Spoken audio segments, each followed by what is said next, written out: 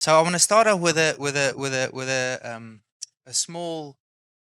uh, uh, small story, and then I want to feature it from a few different angles as an explanation.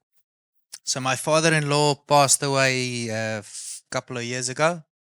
Um, he was a Kalahari guy, so he ate lots of meat, almost never any fruits and vegetables.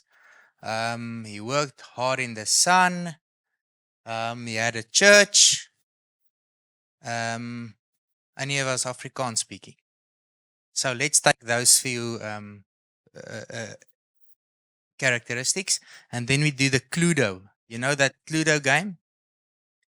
So if we take it out of a perspective of um, a vegetarian or a vegan type of thing, then we can say maybe he got cancer because he ate too much meat. And if we take it out of a more, uh, uh, you know, when you read a lot of healthy magazines, he might have gotten cancer from all the sun. And then maybe you can take from another angle and say, no, maybe he got cancer because he was Afrikaner and he was bitter. So the reason I say that it's very easy to draw a lot of a lot of nagevolge from yeah, yeah, words escape me sometimes. So yeah, so it's very easy to misinterpret something when you have a predisposed idea of something specific, and that is many times in scripture um, uh, uh, um, a dangerous avenue, because I can make any claim and then find enough scriptures here to back it up, and that is why you must first understand the gospel before you interpret scripture.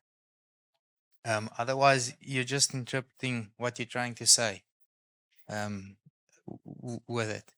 Okay, so that being said, um, I have recently, in the last couple of years, gotten very interested in nature and spiders and some conservation things.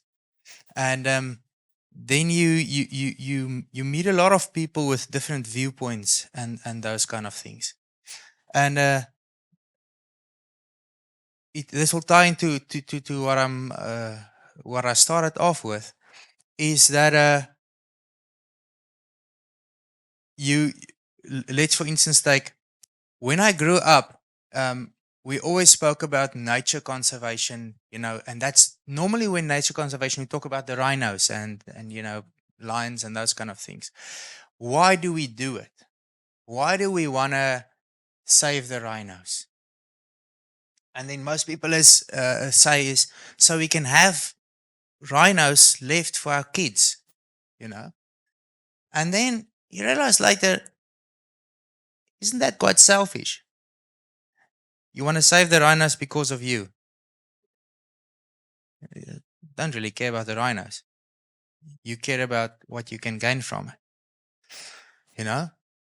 And then a lot of things like that was ways we were taught in church. Why do we tithe or give money? So I can get more. You don't really care about the church, do you? You just want things. Why do we sing and worship on that? Because of what you can gain from it. And from that viewpoint, that's a very dangerous viewpoint when you come from the wrong approach. And that is many times the way we approached having the life of God, experiencing the life of God. We look at the end result. We look at what we're trying to attain, what the standards are, what is the expectation. And we want to do all these things. And they look the same, but they are not the same. These flowers, they are fantastic. And if the aim is to look like those flowers, there's quite a few ways you can have it like that. You can actually use quite a lot of chemicals um, to feed those plants to produce those flowers very fast. And then, but they don't really last long, and they don't reproduce anymore. And you can't plant them where they come from and have them actually carry on doing what they're supposed to do. Like many of our grains and those kind of things, we've modified them. They produce really well, but if you leave them in the field, they might become frogs. We don't really know. There's too many modifications done to them. So in Africa, our genetically modified corns and wheats, we are not allowed to sell to Africa because the people, they will plant them and plant them and plant them. And they've been modified so much that you can't do that because we have not done tests to see what happens after 10 generations. So the fruit might look the same, but it's not the same thing anymore. So coming a bit from that angle, and also let's take it a bit from a conservation type of view. If I would like to convince everyone here to not use fur anymore, I can approach this in a few different ways. The first one is I can show a few videos of animals being tortured, and then show you how brutally that industry is, and hopefully that you will now feel guilty enough to not do it anymore. I can also use a lot of scientific evidence and presentations, trying to prove how ineffective it is for the long run for your kids in the future, those kind of things. Or I can release 20 puppies inside this place. So the the what's gonna happen the moment, for instance, I release those puppies? You're gonna experience what it is supposed to be like to have that absolute joy, and now there's this interaction, and suddenly it's different. It changes. The moment my boy was born, I was always fine with kids, but the moment he was born, it changed the way I reasoned. My whole life being, everything changed, because of that dynamic of now I no longer interact with a child, I became a parent. So when God says, I want you to know what it feels like to feel like me, and that is what grace is. It is God's life in us, empowering us to experience His life. If that is the aim, if that is the driving force, and that cannot be measured by an external success, an external picture. What does loving people look like? Because that is what religion has quantified. Is it giving to the poor or not giving to the poor? Is it having money or not having money? Is it getting martyred, suffering in the bush, or is it not? Do we preach all the external quantifications of what we think it might look like to experience it? What does it look like if somebody really likes their dog? how do you put a picture to that? Because every dog is different, every person is different. What is the picture of a parent loving a child? Is it the child working in the garden, or is it the child sitting on the couch looking at the TV? Because that's what we're trying to do. We're trying to quantify pictures that both might be right, but it's actually it leads you in a direction of complete fallacy. What does healthy mean? What does good flowers mean? I mean, how do you quantify that? You quantify it by looking at the root of where it grows from, where it stems from, where does it find its life.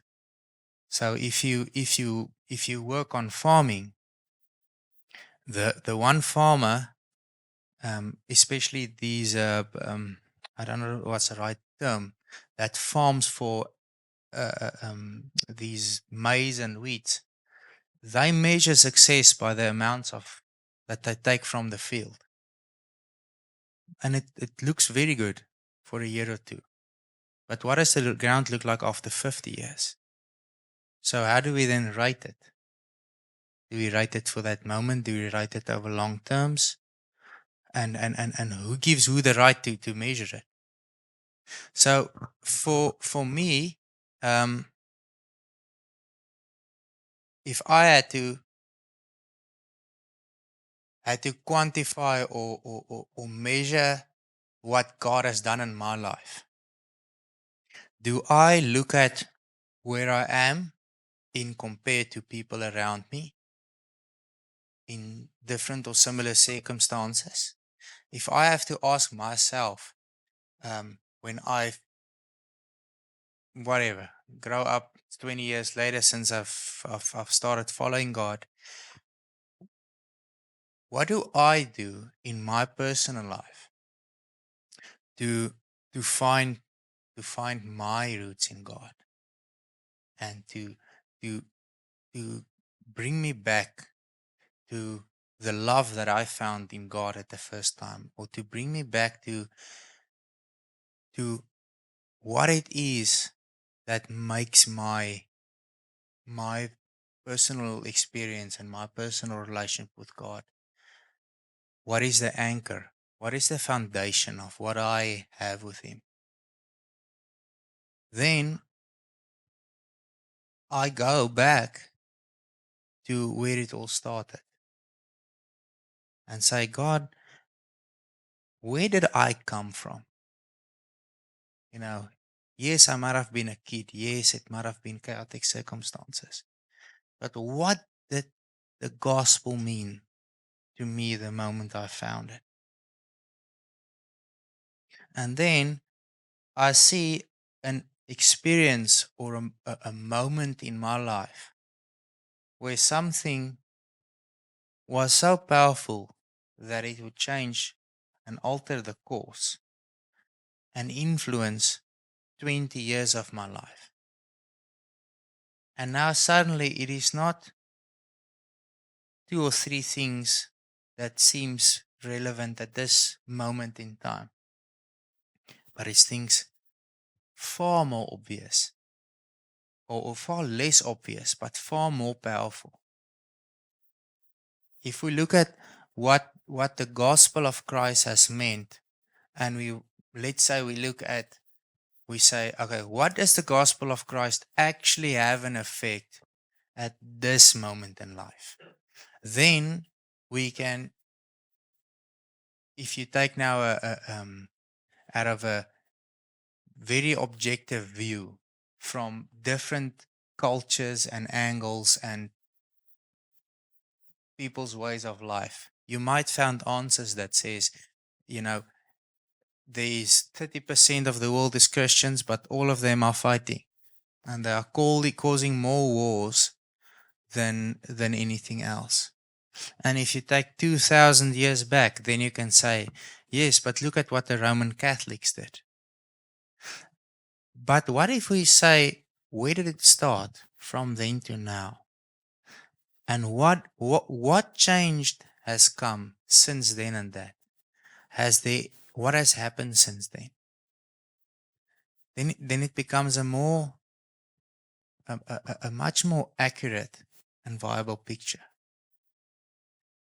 Because maybe the day Paul stoned Saul, Stephen, sorry, words mingle in my head, and then he went to the desert. When he came back, he might have been the only one. And what now?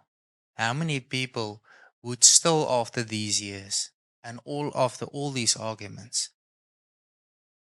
willingly and and uncompromisingly say, I choose Jesus, even though all these arguments are there and all these world problems and all the negative and all the Gnostic arguments and the atheistic arguments and all the political arguments, who of those people will still go home and say, I choose Jesus?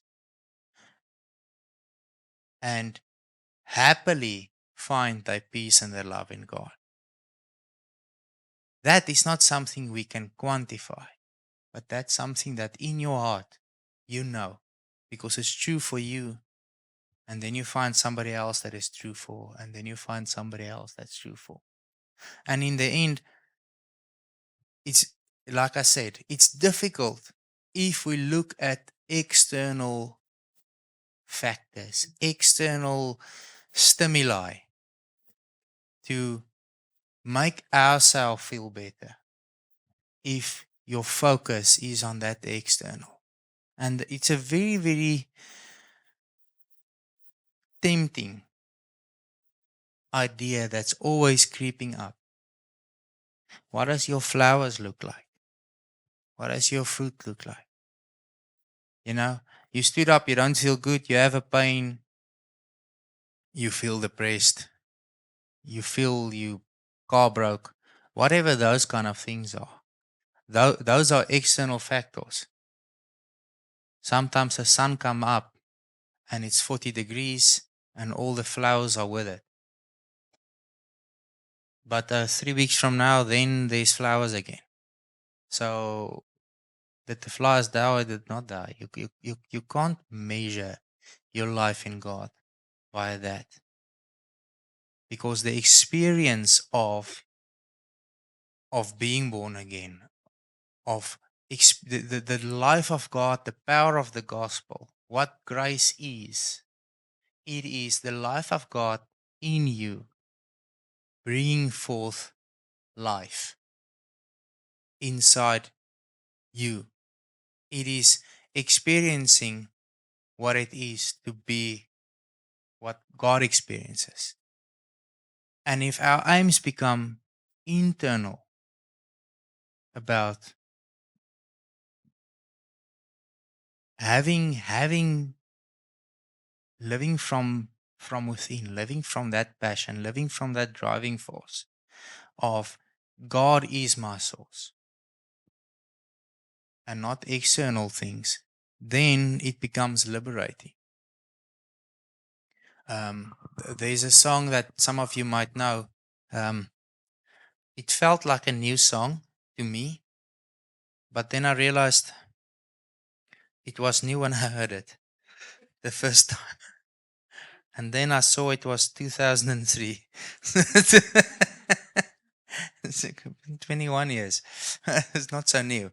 And in the beginning, it felt like a depressing song for me. And the other day, I have these random things where my brain remembers things. And I don't know what I remember. And then I start seeing it. And then eventually I found out, and I don't know how it came to me. But this specific song, uh, it says, what can I do with my obsession? The things I cannot see. Is there madness in my being? Is there wind that blows the trees? Um, it's about this person that feels confused, that feels sad, and those kind of things. And I couldn't understand when I was young, why would Christian people sing such a depressing song? And then I randomly started singing it a few weeks ago. And then when I went and I read the lyrics, it's all these things about I'm very sad and confused, and um, sometimes God feels closer than His skin. Sometimes He feels further than the moon. And then the last word in His last verse, which is before the chorus comes, is, "But then you come and free me like a bird." And then the song is, "And my heart burns for you."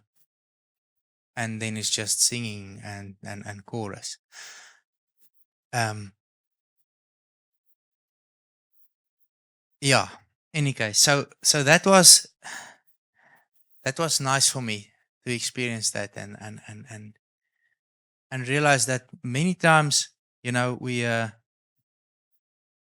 especially for a person. Okay, I can only talk about my own experiences. I get these spurts of attention. So then sometimes I focus on small details first before finding perspective. And and then as soon as you get those kind of things, it's good. You must have it. But when you stand back again and look at what it's about, and not be too hard on yourself, and not try to, you know, look for that external stimuli to rate yourself according to, you know, is this now peace talking, or is this? But to rather look at the internal stimuli and say, you know, I know God is here. I know God is with me. So if I don't feel this peace now, it's fine. Just chill. Now, sometimes you're at home and you see the child sleeping and you just want to pick it up and kiss it. Or the cat. That cat being so relaxed is almost always so tempting. If you pick him up now, he's not going to be relaxed anymore. But now you have that moments with your kid, and then you have moments where you feel, yeah, I think, yeah, jy moet terug gaan haal die time where you were baby, when he was cute and he didn't fight back and argue. Um, but it doesn't make you love less. It doesn't make the experience less. Doesn't make you less of a parent. So the grace of God is not a temporary emotion, because an emotion we can also quantify. I feel sad now. I feel happy now. But you, you can't quantify God loving you, or am am I one with God? As soon as you start to look for a way to say, am I now this, or rate your relationship, those are the pitfalls that gets us distracted. And then the only thing that happens is you don't fall from God, you just live in misery. Because you are unaware of that. If you are really, really hungry but too lazy to stand up to make yourself something, you are really, really hungry. You don't have a lack of food. That's a silly example, but I mean that is essentially what our relationship with God is about. If you partake of what He offers and the life He gives, you feel fulfilled, and you feel that. And if you get distracted by writing yourself or some other silly, you know, temporary, um, let's call it a distraction for the lack of a word, um, it's not that you have fallen from grace. It's just that you are now just sitting in one room, hungry and not getting up to get food, if you can get it like that. Because it you know, i- we as humans want to so easily, um, sometimes solve our problems, but also sometimes we wanna know where we fit in, where we stand, what is our label like, or our ratings. I'm trying to think of words that can we want to quantify everything in our lives. What's my bank balance now? What is my social status at this stage? Does this person like me now or not like me now? Now I do two things. Now it feels better. Now it doesn't feel better. Everything in life is so almost rating related, or we want to all the time be in control of external stimuli and external rewards type of for our brain to feel. Um, yeah, okay, I'm fine now. No, I'm not so fine. Feel depressed now, but then you hear something, then you feel good. Then something makes you angry, then you're sad again. This is all the time this thing. And relaxing on what God says about us. What does God say about us? And if you can't find what God says about you now, then think back to the last time you felt that He said something. Because what He says about you is not going to change. It's not going to be something different.